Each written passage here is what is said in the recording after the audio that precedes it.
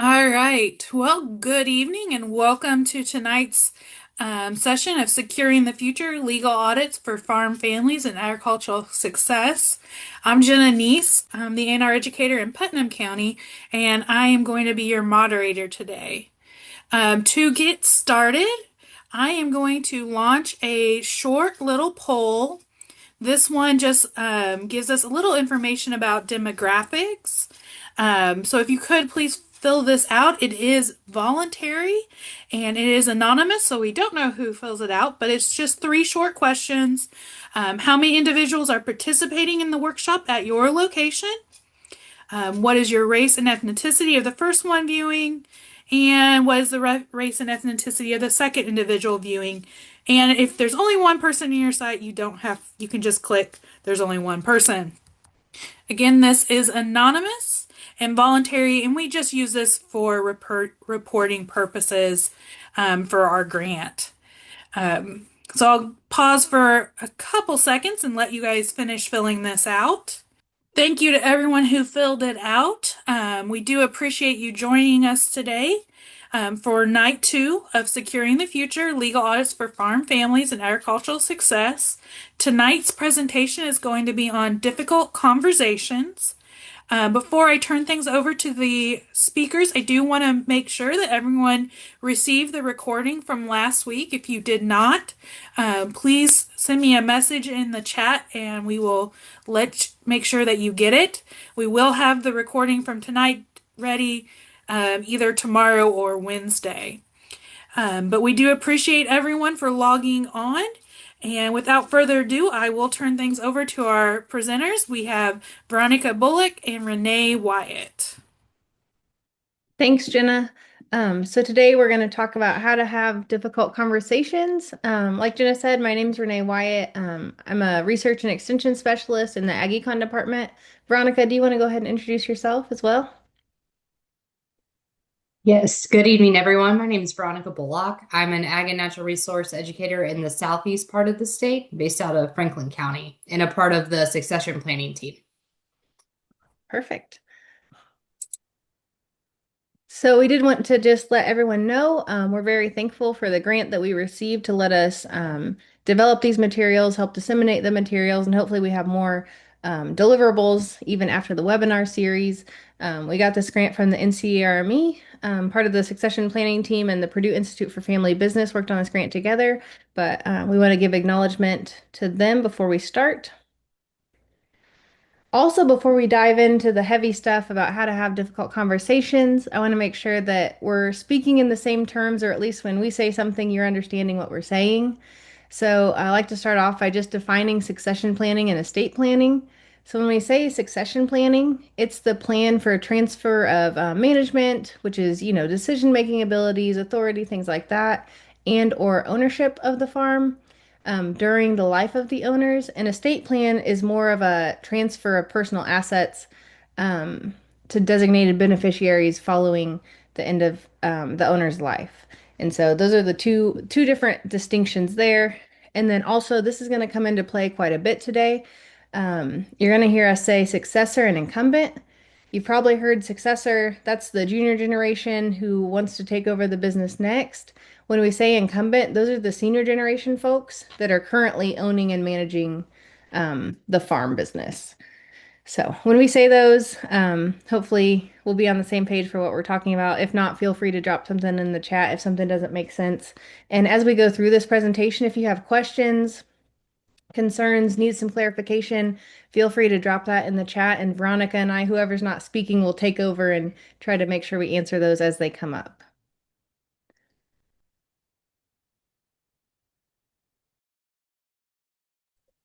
Thank you for that introduction, Renee. And you might be wondering why we're spending a whole evening talking about communication. And it's because family communication is so important. It really determines how we deal with our relationships with each other. It sets the tone for our family and how we live and work together. And ultimately, it has a big impact on what we're going to end up doing with our family land.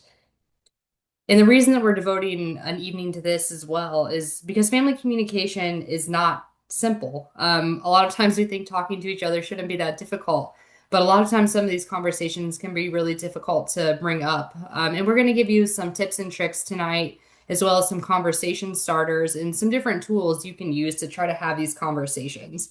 It's important to know that communication is more than what you say and do. Your message depends on how you think the other person is going to respond to that message and how you think they may react. You probably communicate differently with different people in your family. If I'm talking to my parents, it's probably a different conversation than if I'm having with my sister or an in-law. So depending on who you're talking with in your family is going to depend on how you have that conversation as well. And it's important to know that each person has several different family communication patterns that develop over time, depending on how comfortable you are with that person and depending on, again, who's being communicated with.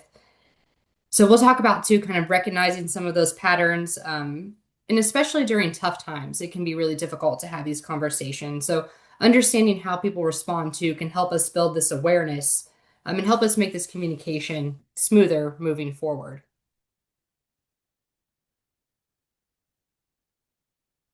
So, family communication.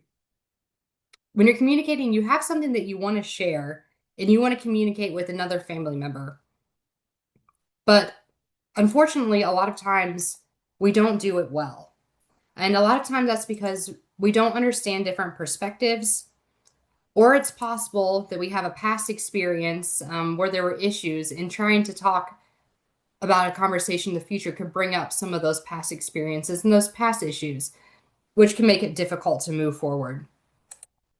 Sometimes there can also be a threat of losing control. So if you're the older senior generation, you may be afraid of losing control to that next generation that's going to be coming in. And you want to make sure that you're not going to be irrelevant in the future. So trying to find ways to make sure that everyone's respected in those conversations as well. And sometimes it can be difficult too because people can be reluctant to change. I know that's one thing that we hear a lot with these family communication issues is that it's always been done this way, or we're not sure if we want to move forward and do it in a new way. And sometimes that can make these conversations difficult if you just feel like you're getting nowhere and having the same conversation over and over again. And sometimes this can be due to generational differences as well. And Renee's going to talk a little bit more about generational differences later in the presentation tonight. But it's important to remember that using words is the most common way that we express our thoughts and feelings. But that body language is also really important when we talk about that nonverbal communication.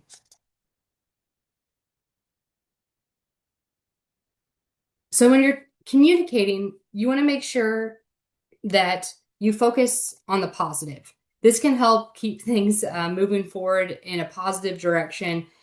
If you're always bringing up negative things or contentious points, that can make communicating really, really difficult. You want to try to gain an understanding of that other person's personality and also their perspectives. And one way that you can do this is by using active listening. So when we say active listening, it means engaging with what the other person is saying and making sure that you're not just waiting for your turn to speak next, that you're actually listening to what that individual has to say, taking it into consideration, and then responding thoughtfully when it's your turn to speak. And another thing that can be a good communication skill to use is using I or we statements, and try to avoid putting blame on the person you're communicating with. Saying things like, "Well, you always do this," or "You always do that." Trying to put the ball in your court and saying, "This is something that I've noticed we've been doing," or "This is something maybe we could work on together." Instead of pointing blame, using those I or we statements can be really helpful, and they can kind of help avoid some of those roadblocks that we may get in communication. And it can be really frustrating if you're having a conversation with someone that you just feel like is going nowhere. And that's not something that we want to have in our families when we're communicating about really important topics, especially with succession plans. When our family land and our assets may be transferring, or we're trying to figure out what our farm will look like in the future. We want to try to avoid those roadblocks. And one way that we can do this is just working at communication every day and practicing having those conversations and developing those listening skills. will help us move these conversations forward and gain an understanding about the other person's perspective. And as I mentioned before, how you say it really matters more than what you say. So we really need to hear things 5 to 7 times before we remember the information. And that's if we're not distracted. So of all of the words or things we hear in communication, we only remember about 7% of the words, which is what is being said. But we remember a lot more about the tone of voice. So how someone says it. If they say it in a way that is angry, or you can tell that they're not satisfied with the way the conversation is going, that tone of voice can really have an impact on how we interpret that message. And then the largest part of how we communicate is with body language. So if you are standing there with your arms crossed, upset about how the conversation is going, people are going to read into that and interpret that body language. So they're going to remember your body language and your tone of voice a lot more than what you actually say. So that's important to remember when we're thinking about having these conversations, that going into it calm can really help. So how do we be an effective listener? So one of the ways that we can be an effective listener is to make sure that when we're listening, we're critiquing the message and not the messenger. So this is another important part of communication is listening. And good listening sends a nonverbal message of care and concern, which is going to help us move our conversations forward. So even if you don't agree with the message, being an effective listener can at least help you make progress. And thoughtful listening helps build relationships. So when conflicts happen in our family and members don't agree with each other, maybe it's over family business. We still want to make sure that we're being respectful, and we want to respect the person that's speaking. And that's one way that we can be a more effective listener. And it's important to remember that it takes time to build these effective communication skills and work through these differences. So treating each other with respect, even when you're mad, is really important if we don't want to get stuck in some of those roadblocks or keep having the same conversation over and over again. So that also means no name calling or no put downs or no insults. And how we treat each other in conflict really shows how much we value the other person in the relationship. It's also important to know when to be a passive listener. So we're saying being a passive listener versus an active listener. Passive is letting that other person speak and not really engaging too much in the conversation. Versus if you're an active listener, you may be paraphrasing what the speaker is meaning. So maybe you say you want to clarify something while you're having the conversation. You want to make sure that you express understanding of the speaker's feelings if you're active listening and ask questions. Sometimes that other person may just want to be heard.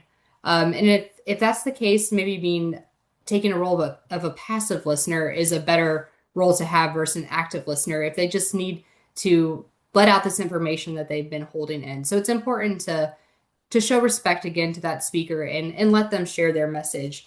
And this goes back to thinking about some of those communication patterns and style, and also reading the nonverbal cues to know how to be a more effective listener.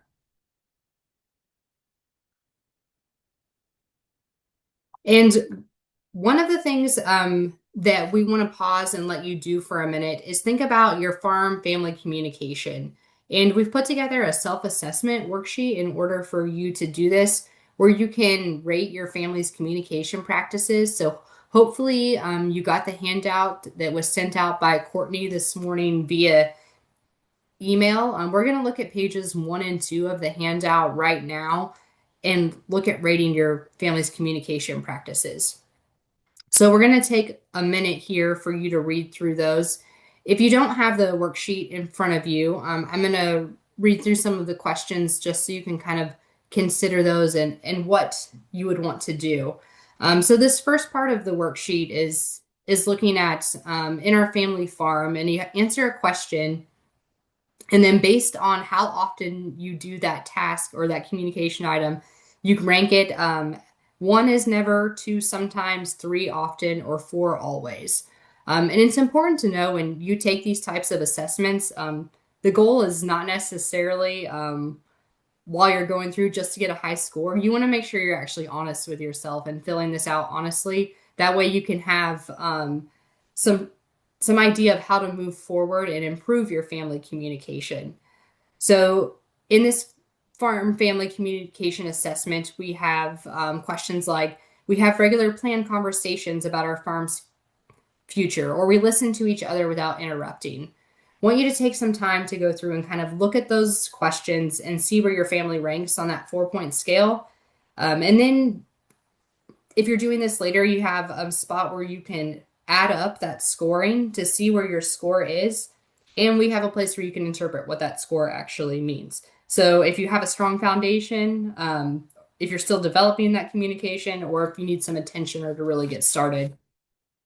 And we also have a place where you can reflect on your two lowest areas, and how you can move forward, and what's a communication commitment you can make to yourself to help improve after today.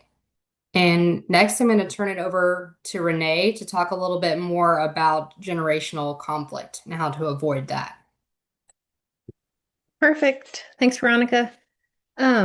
So I'm sure that most of you who are in a family farm or a family business have seen generational conflict. When we have more than one generation on a farm, we can have a lot of different perspectives. Even individuals can have different perspectives, but generations especially, we see a lot of conflict between generations. Whether it's general, conversing on a day-to-day basis, or whether it's, we're talking about succession planning, or maybe we're talking about the farm's future and where we want it to go, and we just have different goals. So three things we want to really think about when we think about avoiding generational conflict is number one, to avoid assumptions. You don't want to assume what the other generation is thinking or feeling, or don't have assumptions going in. Also avoid generalizations. So just because somebody is from a certain generation, it doesn't mean that they act in a certain way or have these decisions made already. And lastly, just a general thing to help avoid generational conflict would be to communicate often. A lot of times when we talk more with each other, we learn more about what each other wants, how each other, likes to interact, and it helps to avoid some of those conflicts that are pent up if we just don't talk things through. So one thing that can really help with our communication on the farm is to come up with some best practices. It may seem silly. You may think, well, I'm talking to my dad. Why do we have to have best practices, right? But sometimes it's good to agree on how you would like to communicate. Do you want to communicate via text? Are you more comfortable over email? Do phone calls work best, right? Do we have certain hours of the day where we want to do a phone call versus a text? Maybe dad doesn't like email that much, so let's avoid email. Make sure also that you agree on response times. So this can get kind of blurry, right? When we're talking about the family and the business. So if your daughter has a recital and you're trying to tell your dad, who you also work with, that she has a recital, um, the response time could be a little bit different. But when we're talking about just generations in the family farm, it can be good to agree on response times. Um, Try to make sure that all of the agreements that you have on the farm are in writing. I know that this one has been a sticking point in my husband's family. Those cash leases that a lot of us have, those cash rents. It's good to have those in writing. I know I had to kind of beat that into my husband. He said, "Well, it's my cousin farming. Why do we need a written lease? You still need a written lease." Even if it's family to family, it's better just to have it in writing to cover both parties. Over time, we can forget some things. Um, there we go. Or, some little details can slip out of our minds. And so having the written signed agreements can be really helpful in that. Also put, other important discussions into a written format for both parties. We're going to talk about, how to have meetings here in a little bit, but having the agenda items and having some good notes that everybody signs off on can be really helpful. It can be helpful to look back and think about what everyone was saying and, what the general consensus was and what decisions were made. When we are talking with our family and people on our farm, make sure that we use polite and respectful language. That's a good general rule to have in any professional setting. You may not see your family farm as a professional setting, but it's where you work. So it is your professional setting. So make sure we're using respectful language. Make sure that we listen to the concerns and feedback of others without interrupting. This can be really hard, right? We don't want to assume what the other person's going to say. Like Veronica mentioned, sometimes we're so hesitant to make sure that we get our next point across that we kind of quit listening to what the other person's saying because we're trying to form our next thoughts. Make sure you actually listen without interrupting. Also do regular check-ins and visits to address ongoing issues or concerns. And a lot of times, farmers in general, at least farmers that I've worked with, they like to avoid conflict. So therefore, they avoid talking about things that could potentially cause conflict, which isn't always the most healthy for our farms when we're wanting to move them forward. So make sure we're doing regular check-ins just to make sure, everybody's okay, everybody's on the same page, and we're still moving forward in a positive manner. Um, Clearly explain expectations. This can cover a wide gamut of things, whether it's, what time we need to be at the shop in the morning, um, what we expect from employees. This is where job descriptions can come into play. Once again, having things written down where we can actually go back to them and evaluate somebody and say, okay, this is what we need to do. This is how we need to change this. Those job descriptions don't have to be set in stone. We can change them over time, but those can help to clearly explain expectations on the farm. And then if concerns arise, if something does happen, don't leave it by the wayside. Make sure you provide clear and prompt responses. I know Veronica and I both see this a lot in succession planning. We might have that incumbent generation. They're concerned about their kids getting along during their lifetime, so they don't want to talk about their succession plan. But unfortunately, we've seen a lot of times when parents don't talk to their kids about the succession plan before it's too late. And then, if the kids aren't getting along when the parents are alive, they're definitely not getting along after. It's just something to keep in mind and make sure we're, providing clear and prompt responses, make sure we address concerns as they come up, make sure we try to talk through things. When you're approaching conflict, try to approach it with a level head, try to focus on the resolution and how we can get through it rather than placing blame. Veronica talked about that before too. Make sure we don't you say you always do this, you always do this. Make sure that you try to focus on what we can do to get over that hump versus just getting stuck. Try to aim for solutions that work for both parties. So if we have one person that's always winning in the farm when we have a conflict, it can cause issues over time of the other parties who aren't winning. So try to aim for a solution that's somewhere in the middle where both people are, the conflict has been put to rest and they can move forward. And also take time to be a family beyond, continuously focusing on the land and on the farm. A lot of farm families spend so much time on the farm. They don't spend a lot of time off the farm together, right? So try to take that time, whether it be, you know, if you have a time to get a weekend getaway, maybe even go to the zoo, if there's young kids involved, taking time to go as a family. I've heard a lot of farmers say, well, I don't have time for that. I've got this, and this to do. Even if it's a couple hours on a Sunday to have a dinner together, take some time to be a family beyond continuously focusing just on the land.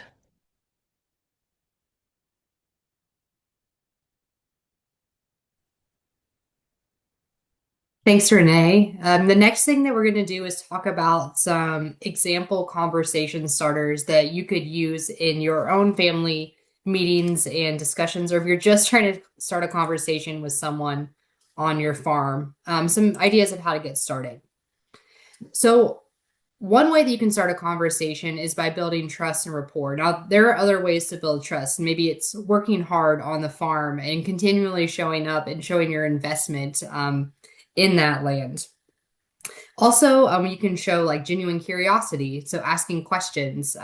So here we have an example. So to remind you that successor generation is that junior generation. So that person that's who will manage the farm in the future, ideally. So asking things like, will you give me a full history of the farm, or how did we get here, and how's it kept together, or how's the farm changed over the years?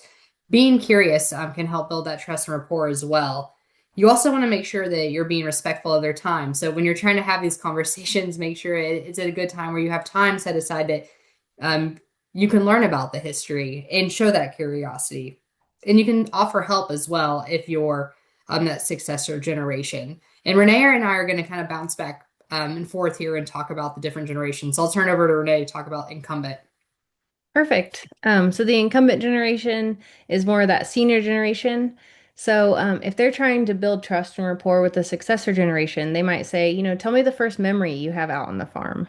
What do you want the farm to look like for your children, right? It's giving that seed and kind of letting that successor generation know that you care about their values on the farm, and what they think of the farm and what they want the farm to look like in the future. So it's a good way to start that conversation.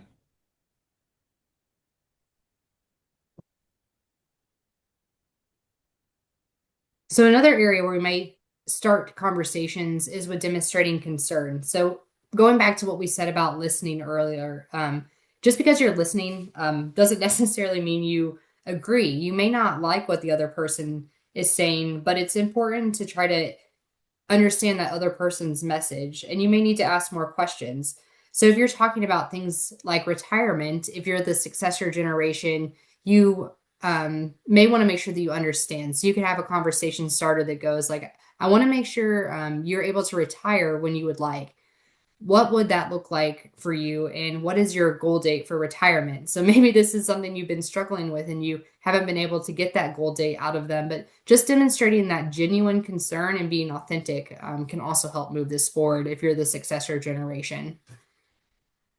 Yeah, and as the incumbent, if you've been working on the farm for a long time with that other generation, and maybe there hasn't really been movement in handing over management authority and delegating, who does what and letting that next generation, have a say. One way you can start that is say, I realize that managing the farm is a lifestyle. How do you plan on balancing your time between the farm and your personal or professional commitments? This shows the next generation that you care about them personally. You understand that the farm for you has been an identity. It's been who you are, what you do, what your family does. It's likely taken almost all of your time and most of your money. So it's really bringing out that generational difference and saying, that you really realize that it's a huge commitment if that next generation takes over, and, making sure that they're still going to be fulfilled if they do take over the farm and what that looks like for them.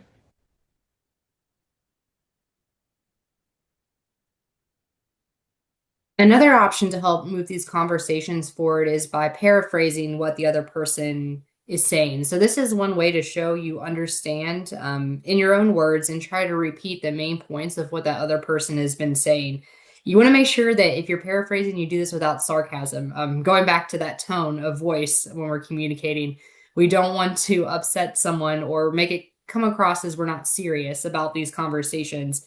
Like I said, this communication is really important. And it's helpful to try to understand that other person's feelings during this as well. So if you're the successor generation and you're trying to paraphrase, you could start by saying, I hear you say your goal is to keep the farm in the family for multiple generations.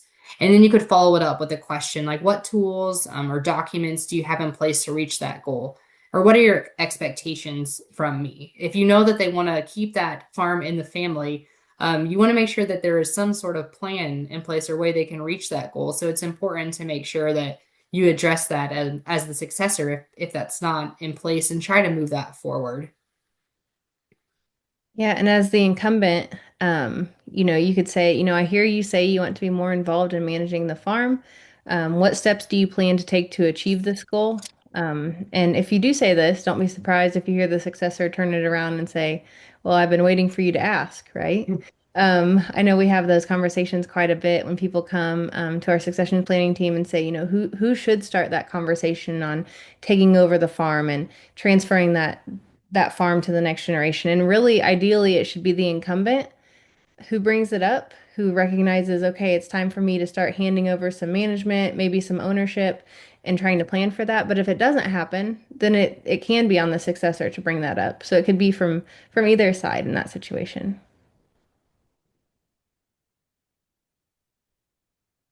And then you can also just ask some open-ended questions. So, what are your long-term goals for the farm? And if you're the successor, hopefully you're wanting that senior generation to tell you they want to see the farm continue it long into the future, and hopefully with your family continuing to farm it. If and making sure that your goals are aligned, if you both have that same goal.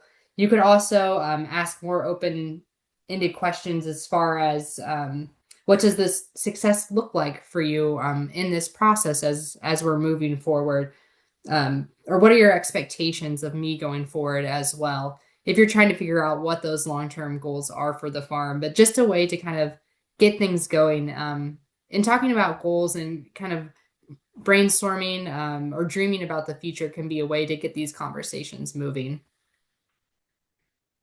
Yeah, and from the incumbent generation as well, you can have, you can have the same question for that successor generation. What are your long-term goals for the farm?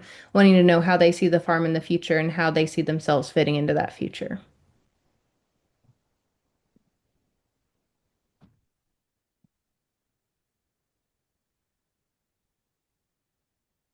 So on pages 3 and 4, we have the conversation starters that we talked about, but then we also have some others on page 4, building trust and understanding history, retirement and transition, goals and expectations, and difficult topics to open. So hopefully, you probably won't use all of them that you see on that page, but hopefully some of those will stand out to you and say, okay, yeah, that's a good way to open that conversation, that I've been meaning to have. Hopefully that gives you the catalyst to start some of those conversations. Next, we're going to dive into how to approach hard topics and difficult conversations. So, some of these scenarios that we talk about might seem relevant. You might have had some experience with them. So, as a reminder, if you have questions as we go along, don't hesitate to put those in chat. So when we think about approaching hard topics and difficult conversation, those can be on a wide range. If we're talking about a family farm, it could be family issues, it could be farm issues, it could be landlord issues, it can be tenant issues, all kinds of things. But first, we need to make sure that we choose the right time and the right place to bring up those conversations. Ideally, we would have, a calm, private environment where we don't have a ton of distractions. At a football game is probably not great. Maybe we're, with that other party that we want to have that conversation with. Maybe we're in a car together. That might be a nice private way to start that conversation. Make sure that we start softly. Don't go in automatically accusing or placing blame or being too harsh on the other party. Try to lead with curiosity. Start asking questions about the topic that you're trying to tackle. Don't jump automatically to criticism and putting the other person down. Even if it's our family, we don't always know what's going on in another person's house. So try to just lead with curiosity. Don't automatically jump to criticizing. Um, Another thing that we see farms do a lot of times is skate around the issue. So we want to make sure, we name the topic clearly. So we're both from the succession planning team. So, I want to talk about what happens to the farm when you retire. Say it very open, very honest, leading with curiosity, not criticizing, not saying you haven't planned anything, and if something happens to you, everything's going to fall to crap, right? That's not how we want to start it. We want to say, I want to talk about what happens when you retire. Try to open it with positivity, calm, you know, try to start soft. Make sure we focus on the issue, not the problem. That goes back to, critiquing the message, not the messenger. Same but different here. Um, if your emotions start to rise, if you start to get really angry, if you start to get heated, if you're starting to snap back at the other person, make sure you take a break and calm down, but then come back to the issue. What we don't want to do is leave it in a place where we don't know, what's going on. We want to make sure we don't abandon those topics that are difficult to talk about. Make sure we come back and finish the conversation. And also, know when to, bring in that neutral third party. That can be really difficult. But if we're trying to have these conversations, both sides are getting heated, we're not getting anywhere, it always ends up breaking down into yelling, you know, make sure that we know when to bring in somebody else to help us talk through those issues. We recently had a farm reach out and say, it was the incumbents. They said, we're trying to talk with my son-in-law. He's not talking to us. I'm afraid it's going to turn to blows. That's what we don't want. We want to try to bring in that third party before we're throwing punches at our family. It's not ideal. We want to make sure that we try to get to resolution if we can, but also make sure we fairly express ourselves.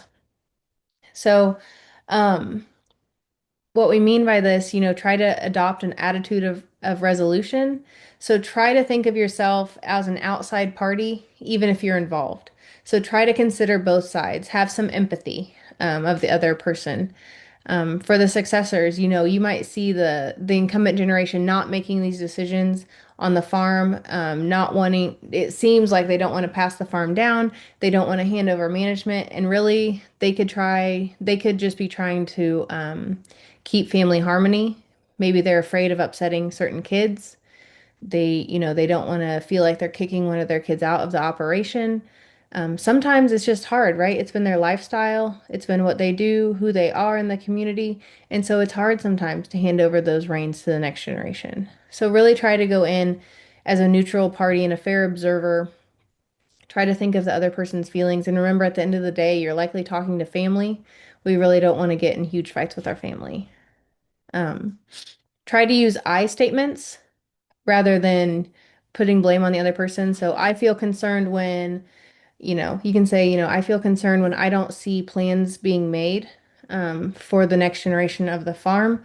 I really don't want something to happen where those plans aren't clearly laid out and where we don't know what's going on. Rather than you always avoid conversations about passing down the farm and things like that.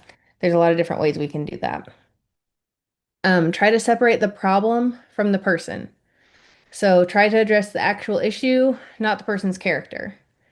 We see this quite a bit in farm siblings. You've always been mom's favorite, blah, blah, blah, blah, blah, right? We've seen that. But try to address the actual issue, not the person or their character. You want to make sure you state what you clearly need, both clearly and specifically. So don't skate around, just say what you need and why. Invite the other person's perspectives before proposing solutions. So try to get all of the perspectives and try to be that fair observer before you think about the solutions that you're going to have. Um, and try to also work toward a solution that both parties can live with. Try to make sure you put those different agreements in writing again that you're trying to work towards. So when we think about getting to resolution and succession, resolution does not always mean agreement, but it does mean that both parties feel heard and they understand the next steps. When we have issues in the family, it's likely that we won't come to complete agreement on things, but we'll at least get to a state where everybody can live with the decisions being made and understand why they're being made. And that's what we want. Um, we do want to acknowledge that fairness in succession does not always equal equality. We have these things called sweat equity that makes passing down the business kind of tricky. It's hard to value sweat equity, but likely, the farm kids who have been working on the farm have built up some equity in ways that are not monetary and should be paid for that in some way. And sometimes that means they get more land or they get, the equipment or something like that. Um, we want to make sure that we name unspoken assumptions as far as, who's going to get the farm, who will inherit. We want to make sure that everybody knows what's coming and what to expect. This allows everybody a chance to ask questions before just being hit with, this is what it is after that older generation is passed on. We really want to make sure we're able to work through those and ask questions when we can.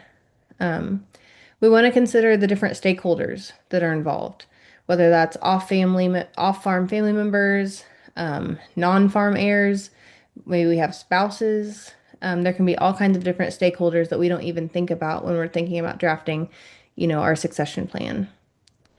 Once again, you've heard us say this, but make sure you document your decisions in writing. Um, Verbal agreements are often forgotten or misremembered. I know that I've run into this with my family. Talked about something and they said, "Well, you said this." And I said, "I did. I don't think I said that." But it's easy to forget or misremember what we say and what others say. And if resolution stalls somehow, if you're not making progress, make sure you bring in that professional that you need to move it forward. So when we think about situations that could require difficult discussions, we've got some example scenarios and then when a difficult conversation could be had in this scenario. So our example scenario number one, aging farmers reluctant to retire and hand over management decisions. In the succession planning team, we've seen this quite a bit. Um, but when should we actually have that difficult conversation? We're not talking about conversation starters. We're not talking about that. We're talking about, when do we actually have to say, okay, something needs to be done? And that's really when a farmer is getting hurt, stuck, otherwise struggling physically to accomplish the farm tasks, and they're in jeopardy of a bad accident. That's at the point where we really need to step in as a family and have those difficult discussions with that individual and talk about what they need, what we can do to help, and how we can help them ultimately be healthy and be safe. Another scenario that we could have, aging farmers or spouses may struggle mentally keeping track of finances and what tax tasks need to be completed. And this is just a part of life, unfortunately, as we age. Sometimes things that seemed manageable in the past can all of a sudden seem cumbersome. But when we think about the farm and the farm assets, there's a lot to lose. So when finances aren't being properly handled and tasks aren't being completed, a conversation must be had. A lot of times that means the next, the successor generation stepping in and helping take over some of those financial tasks, those physical tasks, helping out in other ways on the farm. The third example scenario that we have here is an unexpected death, disability, or illness of a key family member. And this could really happen at any age. We can have unexpected events that remove people from farming. In this case, we really need to have somebody chosen ahead of time who will make those farm decisions, handle finances, and make sure we complete what we need to complete. Very bluntly, the corn that's sitting out in the field doesn't care who died. It needs to be harvested when it needs to be harvested. So we really want to have those contingency plans in place and make sure we have people named and informed about what's going on. These individuals could be named in legal documents to step in if somebody was removed or couldn't make those decisions for whatever reason, hopefully just temporarily. Hopefully they're coming back. But it's good to have, those plans in place and have other people trained as to what to do and how to step in to help. So, when should we start difficult discussions? Um, First, when someone's mentally or physically slipping, multiple perspectives on that might be needed to gather and say, is it time to intervene? It's a hard thing, right? Because it's sometimes people are good until they're not, right? They say, "Oh, they're getting by," and then it's, "Oh, they're not doing the best, but with our help, they're okay." You know, it's hard sometimes to stick in the mud and say, "Now is the time." Um, that's why it's good to get multiple perspectives from different people who've been around that individual to see if it's time to intervene. Um, those people, that we try to get perspectives from are people who are close to the person. Um, and they should often meet without the affected person. So if grandma or grandpa is really slipping mentally or physically and we see it, we might want to bring in some other people who work around them or see them regularly and meet without the person just to discuss different perspectives and say, is there something I'm missing? I'm seeing this going on. What are you seeing? It's good to decide as a group how the situation will be supervised. Maybe it's just we're going to do some more check-ins.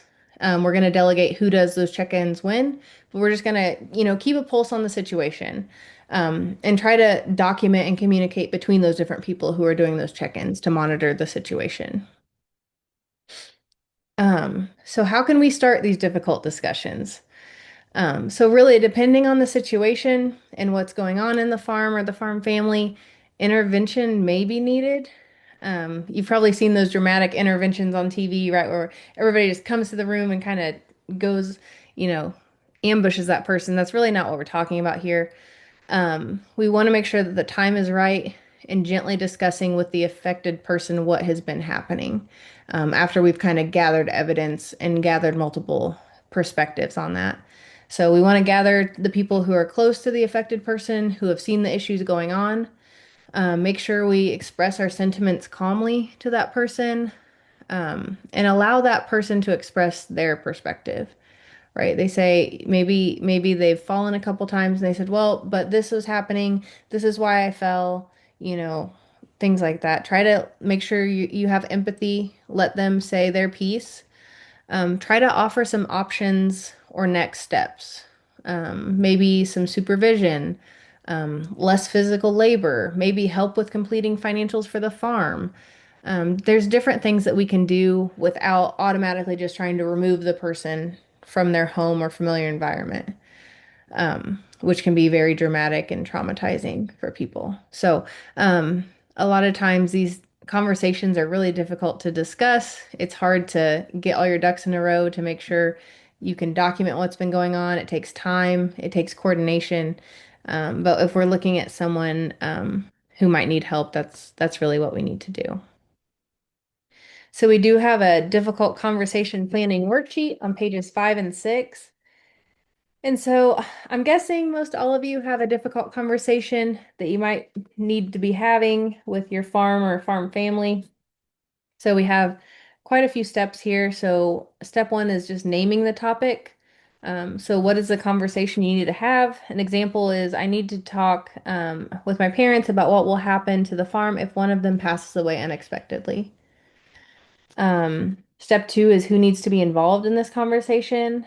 Step three is choosing the right time and place.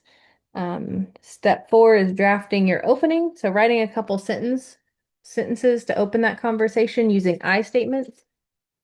Step five is where we start to think about what the other people are going to say back. We anticipate the response.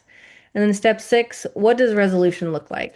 So pages 5 through 6 really start you on that journey of thinking about, how you could approach a difficult conversation, how you could start it, what you anticipate, and how you can try to get to resolution through that conversation. So I'll give you just a minute and then I'll hand it back over to Veronica. So this next section that we're going to go over is, do we need to have family meetings? And you've heard Renee and I allude to family meetings a couple times now throughout the presentation tonight. And the answer is yes. Intentional family meetings are one of the most powerful tools for farm succession. Most families avoid them, but healthy families really prioritize these meetings. And we're going to talk about some of the items to include in these meetings and why they're important to have. But first, I want to read you this quote about the importance of family meetings. So there are two traits most commonly found among healthy families. They're shared decision making and effective communication. And if you have family meetings, they help do both. So they really help us share this decision making and make sure that we're effectively communicating and sharing what we need to as a family. And if we're talking about farm succession, this can be really important to making sure that everyone's voice is heard and everyone has an idea of what's going on during the succession plan. But first, I want to go back and talk about what a family meeting is. And a family meeting is an opportunity to discuss important issues. So this isn't a tactical meeting, so not trying to strategize how you're going to move forward exactly with the succession plan and who's going to do what as far as tasks on the farm or turning over that management duties. It's more of those meetings do need to happen and talking about those tasks, but that's not what we're talking about when we're talking about a family meeting. It's also not an emergency meeting. So we only have family meetings when bad things happen and we need a response. It isn't a good strategy to take. You want to make sure that you try to schedule out these meetings regularly so you can talk about these things because you want your family meetings to happen in a way that you can get to long-term success for your farm. So it's really important that you regularly schedule out these meetings. That way you can come to agreement on some of these long-term goals and strategies, and you can have those strategic issue discussions without it having to be a tactical stress meeting or emergency meeting after some accident or something bad has potentially happened to your family. And Most families really underestimate the importance of these types of meetings and this type of communication. So, why is it important to have these family meetings? When we have these meetings, we can openly discuss issues that are related to our family farm. We want to make sure that we ensure that everyone is on the same page. For example, today I was telling my dad that I was going to be doing this presentation tonight, and there's some of these conversations I feel like we've been avoiding. And he was talking about having a meeting with our attorney and our tax advisor to kind of get an idea of how we could do some transfers of assets of land. I was like, well, we need to make sure that my sister, who lives in South Dakota, is also on the same page. Just because she's not here and isn't going to be a part of this succession plan as far as transferring some of the land that's in Indiana, she still needs to know what's going on because it's still important to her. So maybe you are in a family situation where you have different members that are living across the country or in different areas. You still need to make sure that they are involved in these family meetings. So we had a family meeting where we put my sister on Zoom so she could listen and hear what was going on while we were discussing our succession plan. That way, she still was on that same page, and that's going to help keep things from getting heated later. If there is something that happens to the older generation, if something were to happen to my parents and my sister didn't have any idea of what was going on, I'm sure she wouldn't be very happy about that. And we see that with other families too in the succession planning is it's just important to have these meetings so everyone's on the same page and no one is blindsided when an event happens about what's been going on behind the scenes. You also want to make sure that you keep your records up to date, and family meetings can be a great place to talk about that and make sure things are up to date as well. As Renee has mentioned a few times, writing those records down so you can refer back to them and making sure that you can keep those organized. That's going to help your family move forward. You also want to check on your legal documents and make sure they align with your incumbent generation's wishes. So maybe things change since the last time you reviewed your legal documents. You need to go back and make changes. If you have a family meeting and you put your legal documents on the agenda, that can be a great time to review those and make sure that their wishes are still being met if things have changed since the last time you had a family meeting. And ultimately, it's important because this is going to help move your succession plan forward. I just looked back, and the last time we had an official family meeting wasn't until it was September of 22, which is not ideal. Ideally, we would have these meetings either monthly or at least a few times a year. That way, we can make sure that everyone is on the same page and we can move things forward ultimately. Because if we're not meeting or if we keep pushing that meeting off and pushing that meeting off, unfortunately, things don't happen.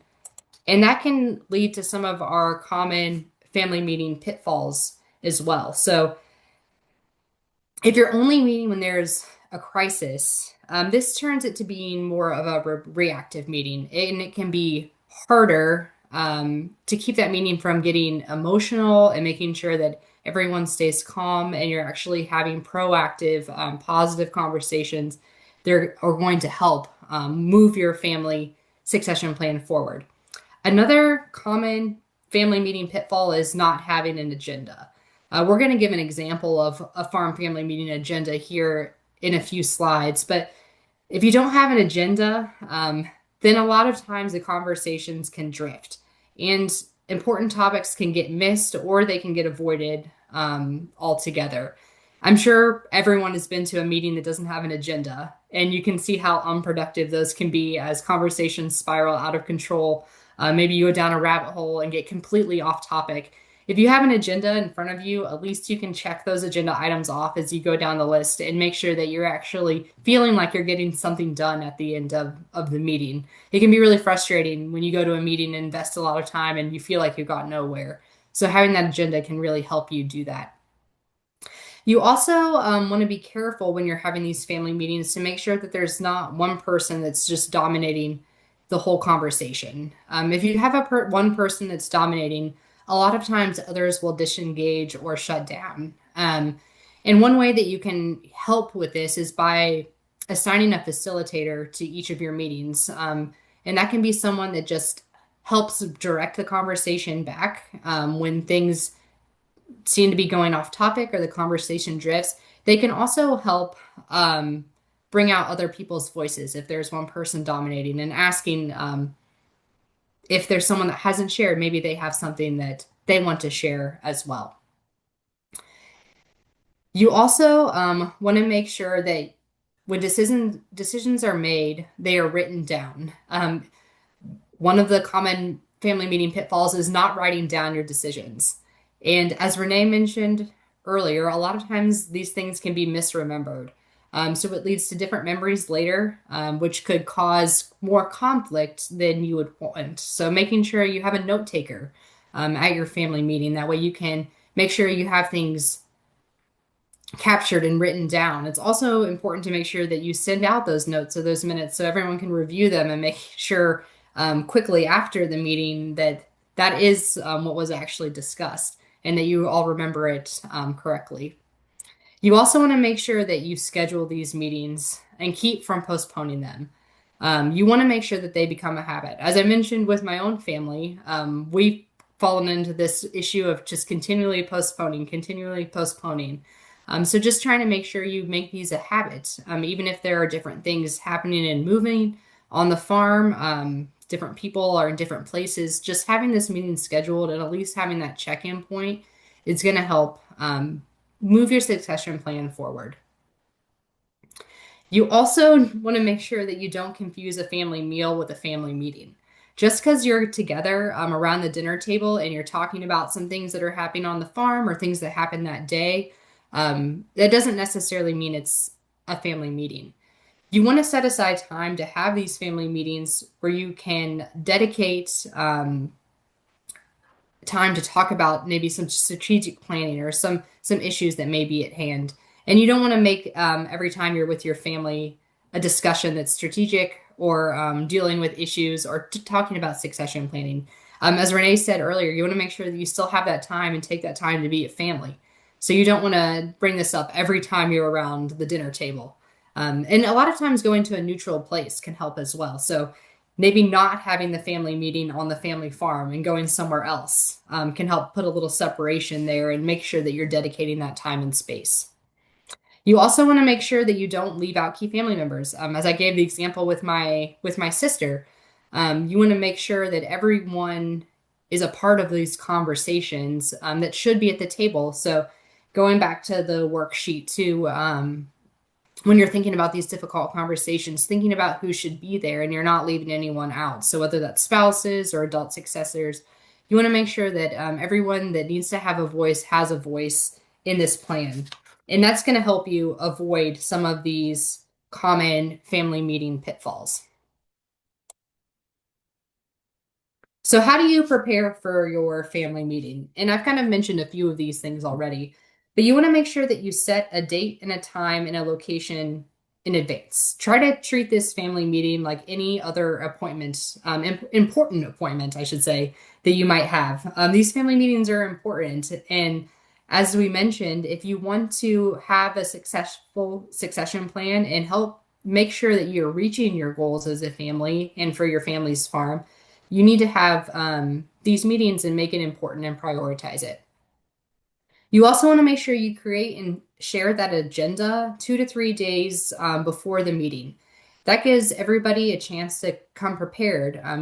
You want to give everyone a chance to add agenda items too that may have them. And if you have too much business to cover at one meeting, that's okay. You'll just put those agenda items on the meeting, on the next meeting agenda. I mentioned this earlier too. You want to decide who's going to facilitate. So this can be a way to kind of help keeping one person from dominating the conversation. So rotating leadership is a way that you can do this. And that's just so not one person is always controlling every single family meeting. You can also work to establish ground rules together. So when we're talking about ground rules, these are things that you agree upon. They relate to how you're going to communicate. And you especially want to do this before you discuss any hard topics. So ground rules can be things like taking turns speaking and making sure that no one's interrupting, and making sure that you're listening to learn, not to respond. That you're starting and ending on time, that you're being respectful. These are examples of ground rules that you could have during your meetings. You also want to designate a note taker. As I mentioned, it's important to make sure that those documented decisions are written down. You also want to write down the action items and who is going to be responsible for those. And that's a way you can make sure that you're making progress and tracking that progress. And with your agenda, you want to set a clear end time as well and stick to it. Like I said, you may have more business to cover than you can in one meeting, and you can just carry those unfinished topics onto the next meeting. You want to make sure that you're being respectful of everyone's time. So if you say you're going to meet for 2 hours and you start at 2 p.m., making sure that at 4 p.m. you have a hard stop, and whatever you need to take on to that next meeting, you get that meeting scheduled and get those agenda items on there. That way you can be respectful of everyone's time. Because a lot of times when you start talking about these things, and if you're talking about it too long or you're in a meeting for too long, it becomes unproductive. So finding that time to stop and sticking to it can really help make sure that you're staying on task and you're respecting everyone's time. And another thing that can help you prepare is just making sure that you're really sticking to your scheduling. Like I said, it can be really easy to put these meetings off, and before you know it, years have went by before you've discussed some of these changes that are happening. So try to schedule them regularly so it becomes a routine. So at a minimum, maybe you could do a few times per year with a set schedule, or you can maybe meet monthly to check in. And try to resist that temptation of postponing your scheduled meetings. Or, like I said, they could never happen. And you don't want that to be the case and that there's a major event or one of the incumbent generation has an accident and nothing is in place. That's kind of the worst case scenario. So just making sure you're setting aside time to talk about these things. That way it's not an emergency meeting, because that's really what we want to avoid and try to be proactive. And with that, it just helps these meetings become a habit. It's a great way to keep everyone informed, making sure that you're on the same page, and ultimately hoping your goals align with keeping the farm in the family, if that's the goal, or making sure that the next generation has a way that they can come back and continue that as well. So just trying to find a way to make these a habit so you can have these meetings and set aside time to discuss these really important topics that you need to have on your family farm. So the next thing I want to show you is an example of a meeting agenda. So this is the Smith family, and this is an example of a meeting for January and things that you could discuss. So the first item of business on the agenda would be to call the meeting to order by whoever is the designated facilitator. The first thing you may discuss is the year-end financials, given the year in January and wrapping up what was on the year before. If you have any programs going on your farm, so in this case for the Smith family, they had an environmental quality incentives program and EQIP application. So the status of that application and where it was in the process.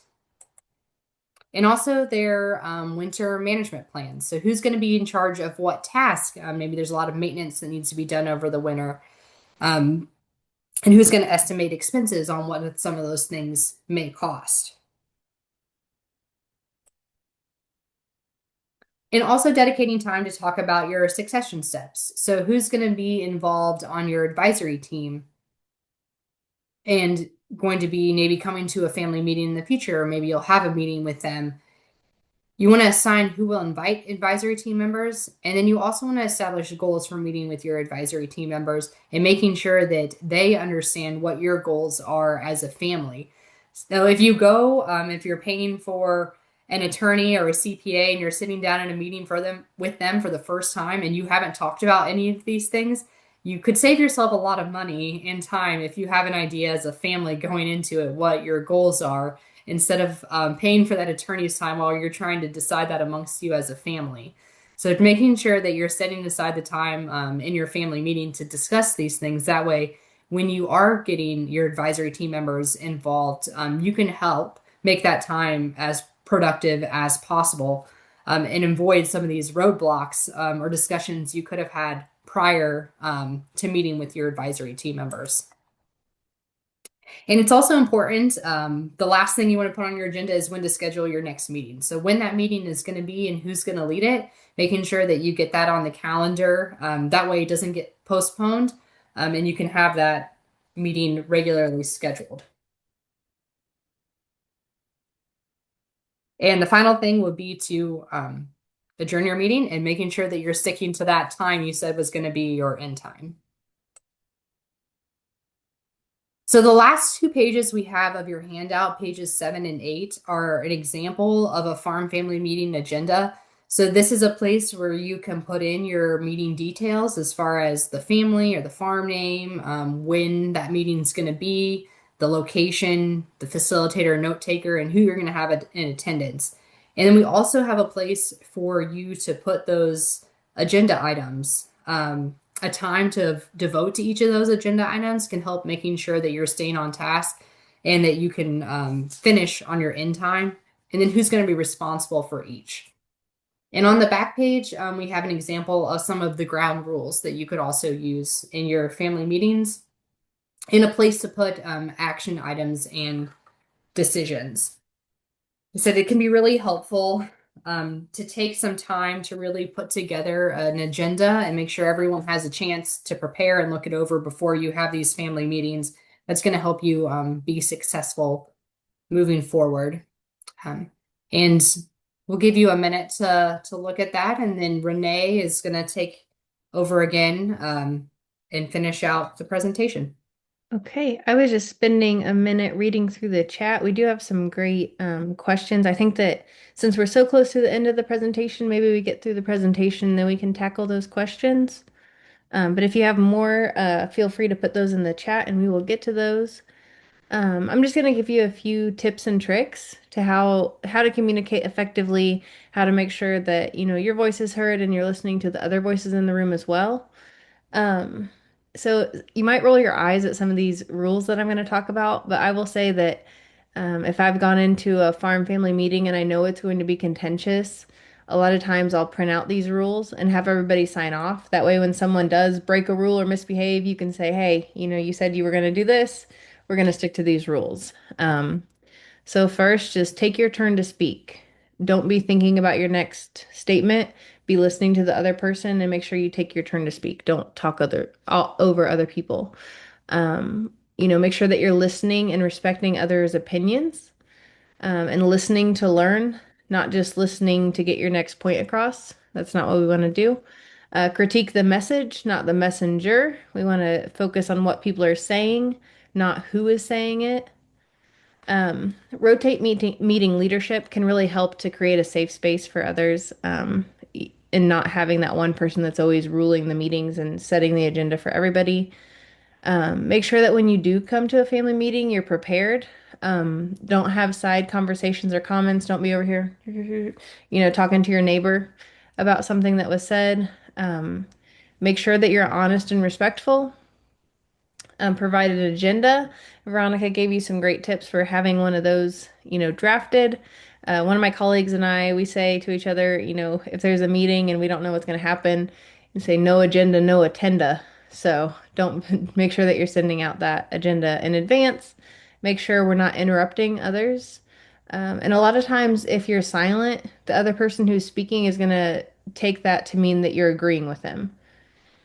Whether or not that's what you actually mean, there could be some power dynamics at play that make that a little bit tricky. But if you don't agree, make sure you're willing to step up and say something.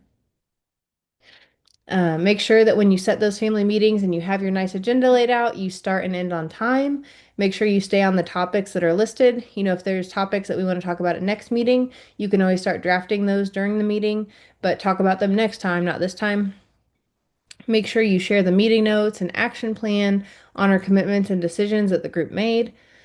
Make sure that everyone participates, even if that means you go around the room and make sure everybody has a chance to speak. And then agree on a process to make important decisions. Are we going to take a vote? Sometimes it depends on how your business structure is set up, how people can vote, and who gets a say in those.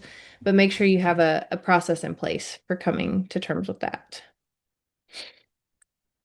In summary, we acknowledge that communication is difficult, but it's also extremely important when we're thinking through succession planning and just working with our family in general on the farm. Understanding difference among family generations and individuals in the family can be helpful if you're trying to have an integrated family business where we're listening to everybody and making sure that we're making decisions that are best for the group. Consider how you might, use our conversation starters that we gave you if you're talking about succession or some other hard topics. And, family meetings, a lot of times when I ask a group, family meetings, does that make us feel good or bad? A lot of people say bad. They don't have to be bad. If we get in the habit of scheduling them, making sure we have, an agenda set up, it can help us to move our succession plan and other matters on the farm forward. We have a couple of resources listed here. I'll go ahead and these will be sent out in the with the recording as well. But I wanted to go ahead and start jumping into some of the questions. So the first one I see, I'll go ahead and read it, and then Veronica and I can both, and Jenna too. She's on the succession planning team. So Jenna, if you feel like you would like to answer some, please do. So the first one says, my parents met with two of the four youngest grown children and the attorney to set up a power of attorney, will, and farm placed in the trust. I'm the oldest and I'm clueless. Information about what has been done and what will be done is coming to me by mom, but is very fragmented. Um, Not really a question there, but that can be really difficult. I think that one kind of splits up to another one that goes with it. Okay. Um, they say there are three daughters and one younger son. My brother will buy myself and siblings out after parents pass, or will buy farm and set funds into trust now if nursing home is needed. I don't know how to ask or bring up what was done, what to expect. Do I need family meeting? Is it appropriate for me to request a copy of documents created? I feel very ignorant about their wishes for healthcare, and I'm one of two nurses in the family. Where do I begin? So it's a two-part question. Okay. Yeah, I think in this situation, a farm family meeting would be your first step, especially if you're getting fragmented information and you don't feel like you know what's going on. It can be a fact-finding mission for you, just to kind of get a lay of what's going on. I know that it's hard a lot of times when you're asking, what is going on, what is everybody going to get, who's going to be in charge. You might feel selfish when you're asking those questions, but really you're just trying to know what to expect, and there's nothing wrong with that. So I know that is a difficult conversation to bring up, but I would definitely set a family meeting and kind of, make sure you spell out what you're wanting to know, and that way everybody comes to the meeting prepared. Because if you're one of the two that is not informed, it sounds like, I bet you have another sibling who would also kind of like to know what's going on. Veronica, Jenna, anything to add to that? I was just gonna say, I think this is one of the places that you could use kind of the demonstrating concern conversation starters, like especially like if you're a nurse and you're interested in knowing what's going to be happening with their health. That's a way that you could demonstrate concern and try to at least get that family meeting initiated. I think you guys have handled it really good. Just the one thing I would say is make sure you express your feelings to the rest of them so that they know it's coming from a loving place and that you're just wanting to make sure that the family survives through to the next generation. Yeah, that's a really good point. I know I've seen that. So my mom is a nurse and she's been left out of some conversations. And so I understand from her perspective how you feel. That can be really frustrating. It can be really difficult. Um, the other question that we have, if the successor is non-family, do the same conversations happen with that person or neighbor? No family members are interested in working in the farm. but are there with a handout for inheritance. My ultimate goal is to keep the land I've accumulated kept as farm ground and not sold off to non-farm investors. Yeah, so if the successor isn't in the family, those conversations are a little bit different, but I think you can still have those meetings with your family and the person who is going to take over. And there's different things that you can also put in place to try to make sure that that farmland stays farmland. There's some farmland protection things that you can do. American Farmland Trust has a lot of great resources if you're looking for resources on that. Veronica, Jenna? Good. Okay. I think you covered the main ones. Okay. I mean, it has been successful to pass it on to non-family members. We've seen it a few times, and I'm sure there's more out there that we just don't know about. Yeah. Yeah, and they're not necessarily what we typically see or deal with, but there are Mhm. a lot of transitions out there that if there's just not a family member, sometimes it's a farmhand, maybe it's, the neighbor that they've been around and they like their values and things. So we have seen quite a few of those, but you can treat them a lot of times with the same framework. It just be a little bit different in a few of the conversations. Um, Hey, before we start on the last question that just popped up, I am going to put in the chat the link to the evaluation for tonight. So if anyone would like to do that, and I'm also going to put it as a QR code on the screen. So just to go ahead and toss that out there as we get ready for the next question. Okay, so the next question that we have is says, are there tools within the resources for responses to a relative who is not within the succession but is now looking for money and being very toxic? He is older than me and had the same opportunity to own the farm over 20 years ago. Ugh. That's definitely a difficult conversation. I think if that person is getting an attorney, on your side, you need to make sure that everything is in writing, everything is shored up. We see this quite a bit too, unfortunately,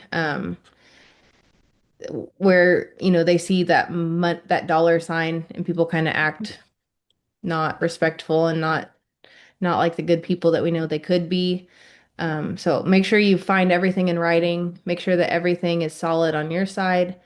Um, I would probably if I were you, I'm not giving you legal advice, but if I were you, I would probably get some kind of counsel on your side just to review everything and make sure everything's solid so that nothing can be taken away from you if you're taking over that farm. I'm sorry you're dealing with that. That's hard. Oh, you're looking everything is in writing, but I'm looking for response to his comments. Sometimes not commenting can be, if that person's being really toxic and if they're gonna, I mean, maybe you could respond to them in writing so that nothing's misconstrued. I don't know. Jenna, do you have any input on this one? It's a difficult one. It's definitely a difficult one, and sometimes those toxic people aren't necessarily ones you want to be around, and so limiting the amount of communication can sometimes be a good thing Hmm. if it's doable. But again, there is also mediator services out there that you can reach out to help mediate a situation, or clergy if that would be a route you want to take as an option too, but definitely making sure everything's shored up in writing, like you said, you've worked on, is a key when there's someone in there that might be toxic. Hmm. Do we have any more questions? We've got a couple more minutes here before we'll probably end the meeting.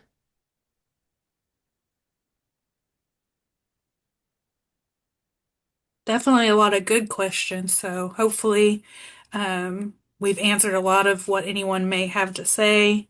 Again, if you're thinking of any, continue to put them in the chat. But I have posted in there the link to the evaluation for tonight. It is anonymous and we'll just aggregate all the data together. You're welcome to click it in the chat or use the QR code that is showing on the screen.